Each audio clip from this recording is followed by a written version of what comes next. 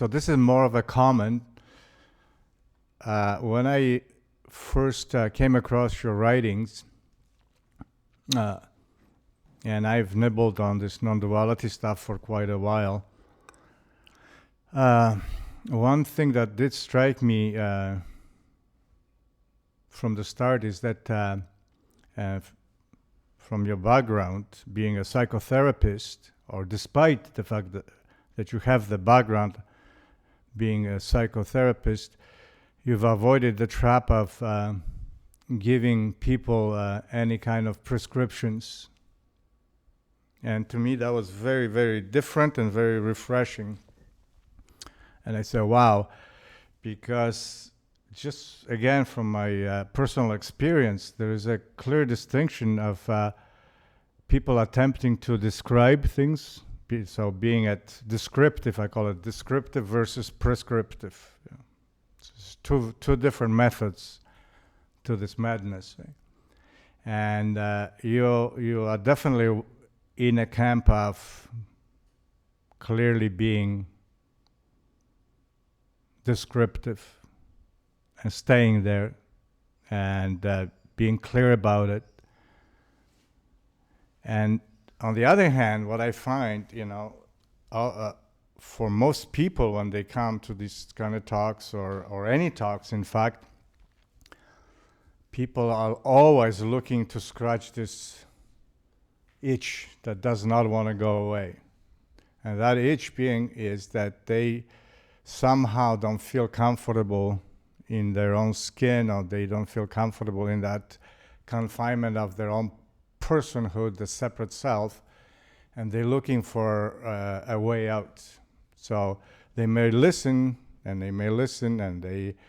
they often hear it, but at the end of the day, it happens again and again and again. I hear it so many times that people ask and beg for, just give me something, give me something to do. Right?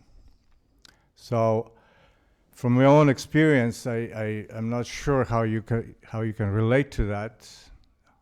If you want to comment on that, please do. Yeah. This is just an observation. Mm-hmm. Well, people ask me very often what to do, and I have no idea. I barely know what I have to do, and that's just honest. I mean, each moment. I was talking about the suchness of each moment yesterday. You were saying people have this itch that they can't really scratch, or the moment might not feel good, and they want instructions on how to change that into something better. I don't have the power to do that in my own experience. I've learned through suffering that all I can do is deal with what I have to deal with in this moment, and barely can do that sometimes. Sometimes it's easy when right now it's very easy for me to deal with this. You're all looking at me with approval. I've got a cup of coffee and a nice chair, no problem.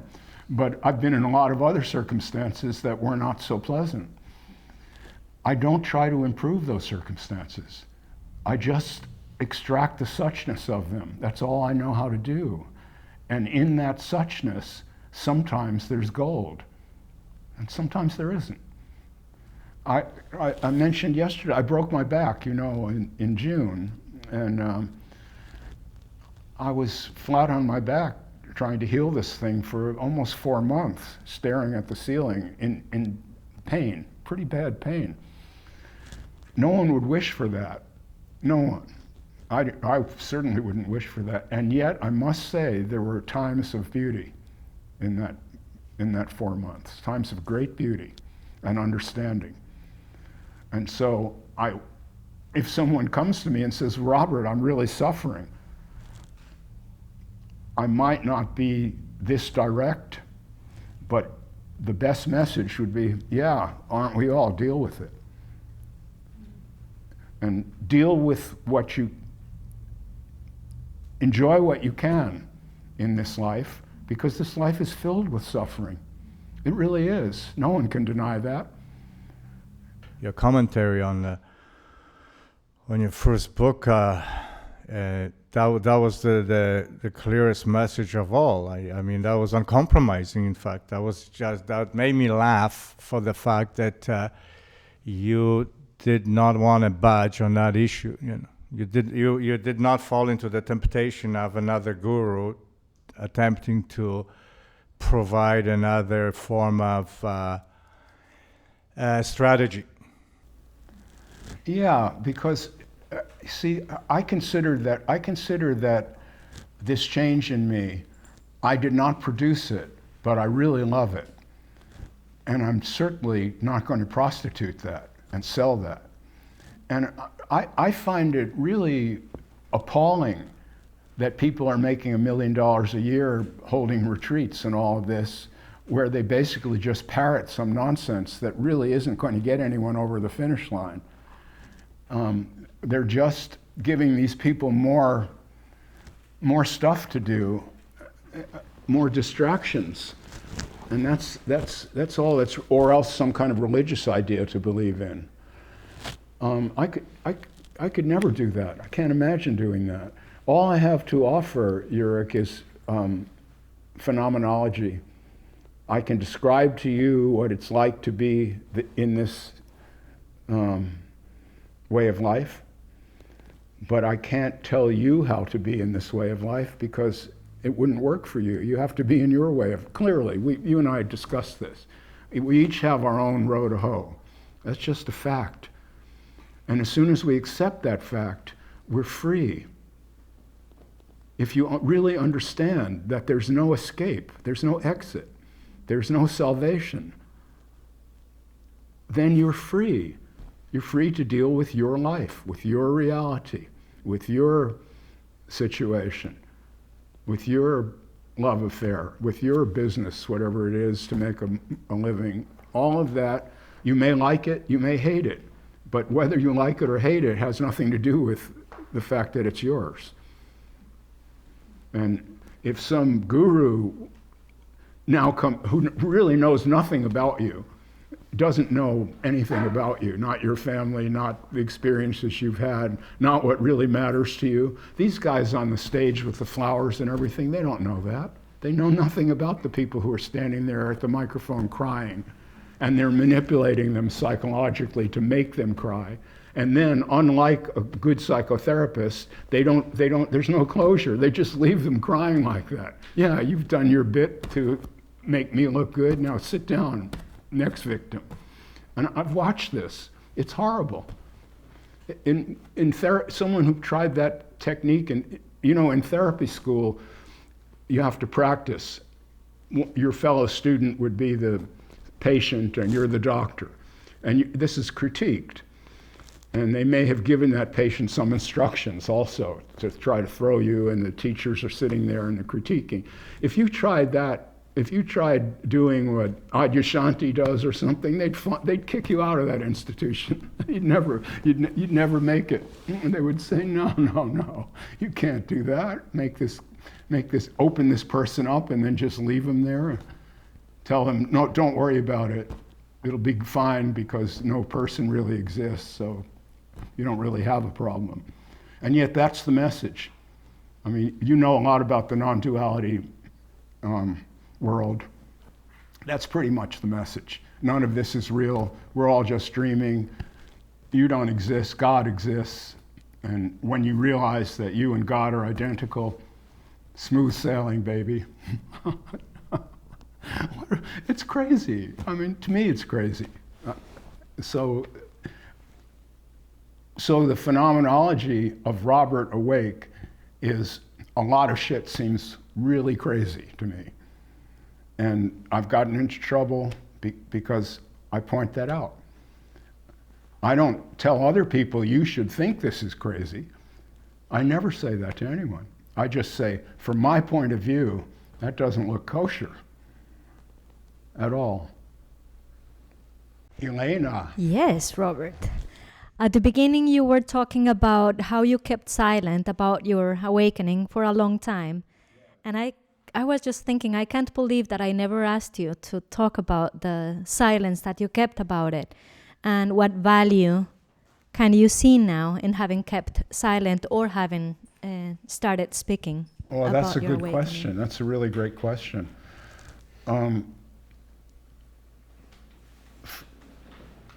For the first, just like all of us, I had heard about enlightenment and awakening and all this stuff. I read the same books that everyone else read. And I don't know if I was really seeking that or not. I may have been. It's hard for me to characterize that. But mostly I wasn't. Mostly I had a career as a photographer in those days. It was very important to me. I was even making a living at it. And that's what I was mostly pursuing, with a great deal of egotism, pride, and all the rest. And competition, all of that. Well, when this thing happened, and basically what happened is, I suddenly saw the world in a different way, where I realized, I just saw, this is all here and I'm not doing it. I'm here and I'm not doing that either. This is just all here. There's some faculty I have that can notice it, but it can't possibly make this. I'm not making my feelings. The feelings just keep coming up. When I realized that was really liberating. It was crazy, and it was really hard to accept. And so at the beginning, maybe for 7, 8, 9 years, I kept quiet because I couldn't entirely believe it. Who am I to be awake?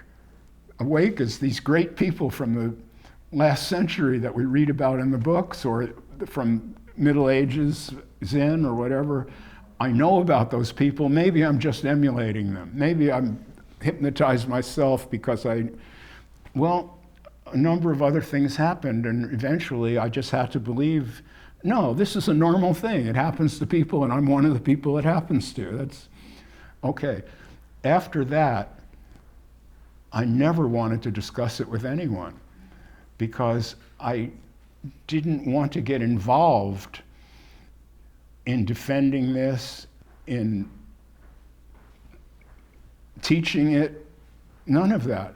I just wanted to be a normal human and enjoy my life. I felt, I'm free, I'm free. I could just, this is wonderful. And I had a great life during that era. You know, Katanya and I were together.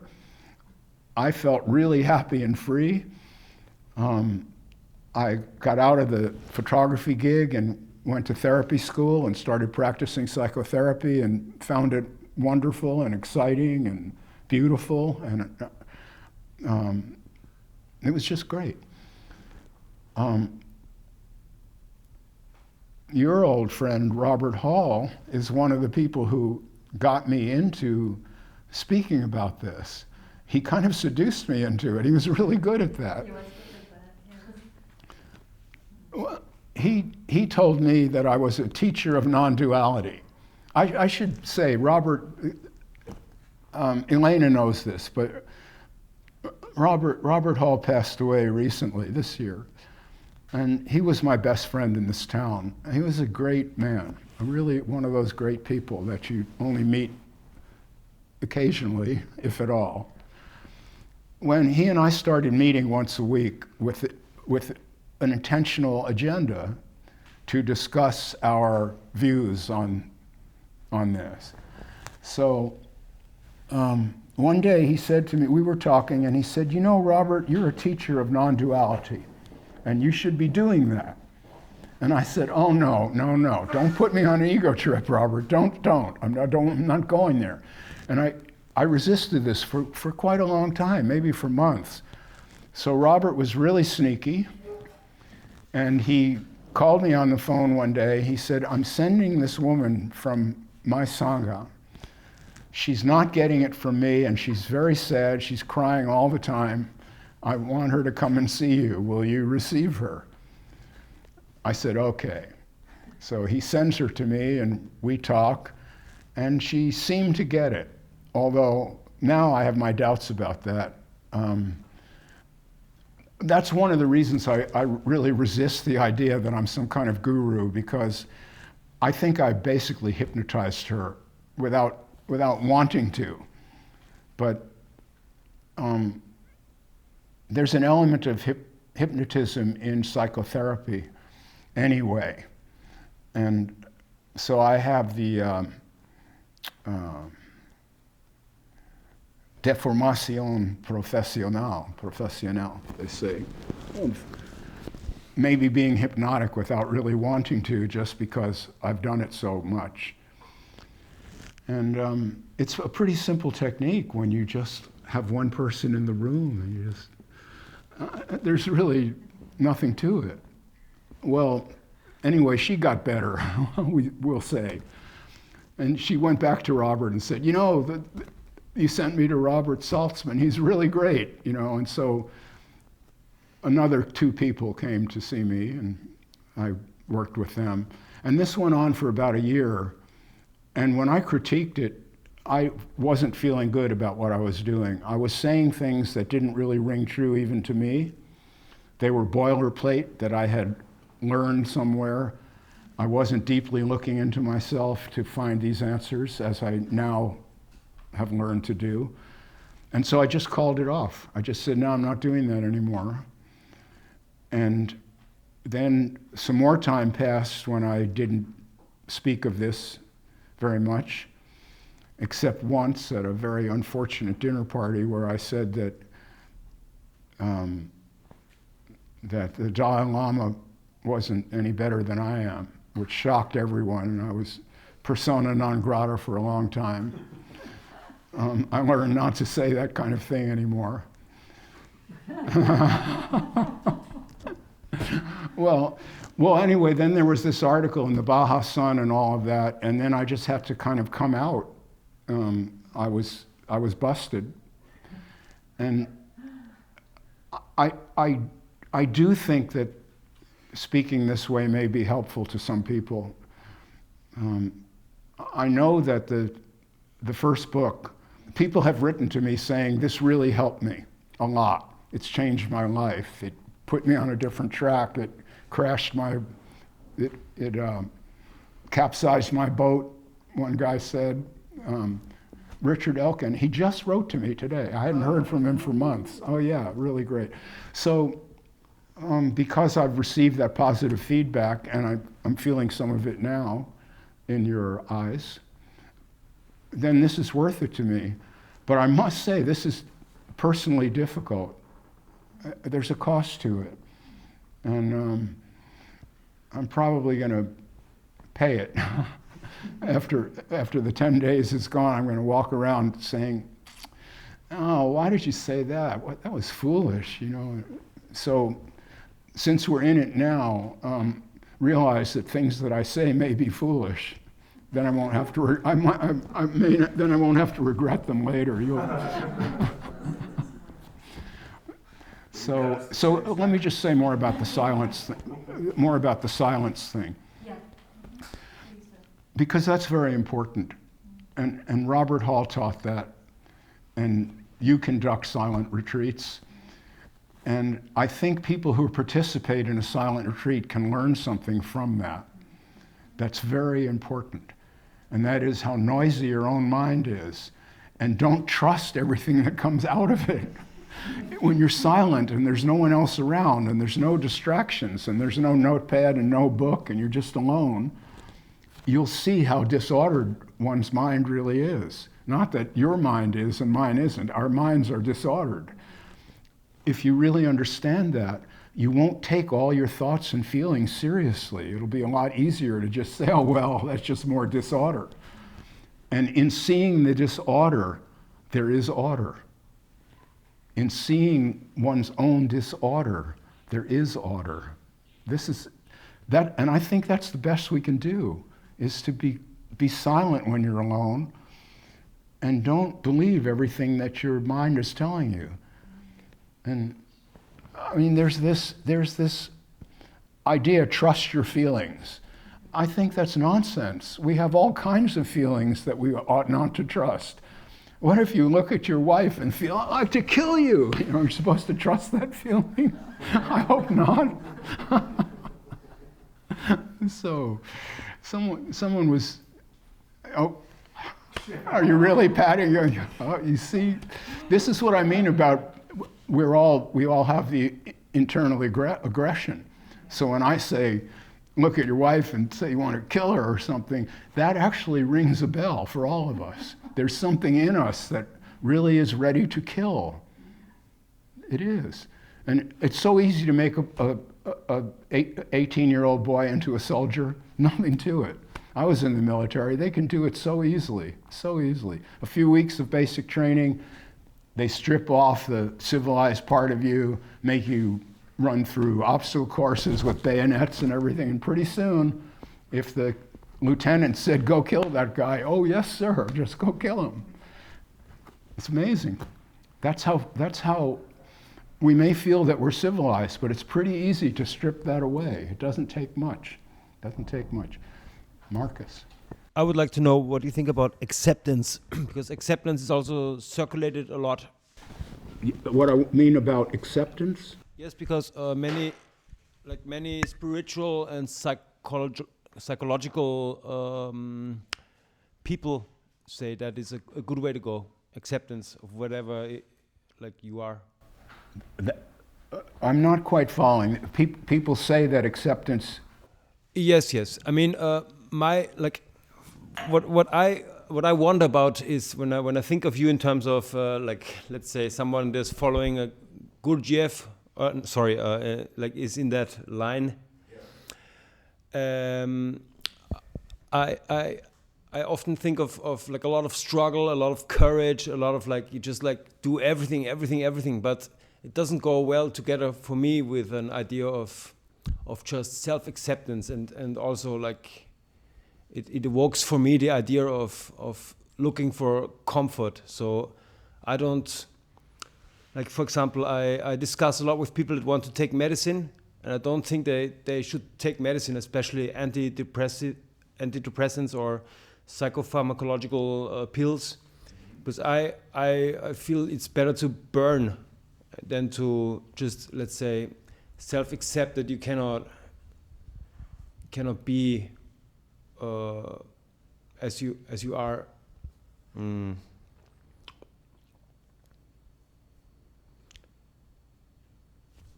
So yeah, the question is what is your flavor of this self-acceptance idea? I'm not sure if I follow. You mean you come to me with a problem and I say just accept it, accept that you. I mean there is a phase that is not awake, right? You phase that is not awake? You're saying you find yourself awake. Yes, but I see you as awake, except you may not know it. Okay, but there may be a lot of people that are not awake. No, everyone is really awake, except they haven't noticed it. But there's a part of all of us that does notice it. Clearly there is. Everyone has moments where they really understand, I'm not making all this, except they don't really accept it. They don't, accept isn't the right word. I bet everyone in this room has had a moment of realizing I'm not the doer. This is all happening. This is all just arising. I'm sure all of us have had that feeling. Have you had that feeling? Sure. Sure. Well, that's what I call awake. The thing that characterizes someone in this kind of condition is that never goes away. Never.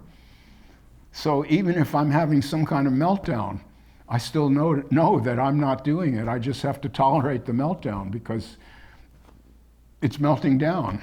Not that Robert decided to melt down now and is having a snit, but a snit was on the agenda.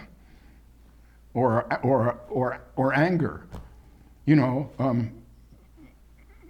what if I get angry? Does that mean I'm not awake? No, if I notice the anger and understand that the anger is not me, anger is anger. We all have anger is one of our ways of understanding the world. Anger is a way of bringing truth into situations where we may have been lying. We were talking last night about marital arguments, and sometimes it's good to have a marital argument. You know, my wife and I have been together for 40-some years, and we're just getting along great, and everyone notices that and says, gee, you two, how do you do that? Well, now we've gotten over it, but there were times when the two of us would just say, well, just fuck you, no, fuck you, and all this, see? And out of that, once, and then you Nancy, okay, well, not to point the finger, no,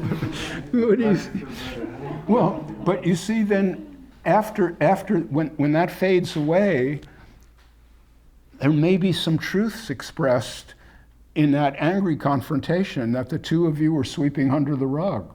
And when you just lost it and got angry, you may find out what you're really angry about and be able to say it to the other person, and then you might move on beyond that hang up and not have to be an idiot anymore on that front. So what I'm saying is, I practice radical self-acceptance. Whatever Robert does and says is okay.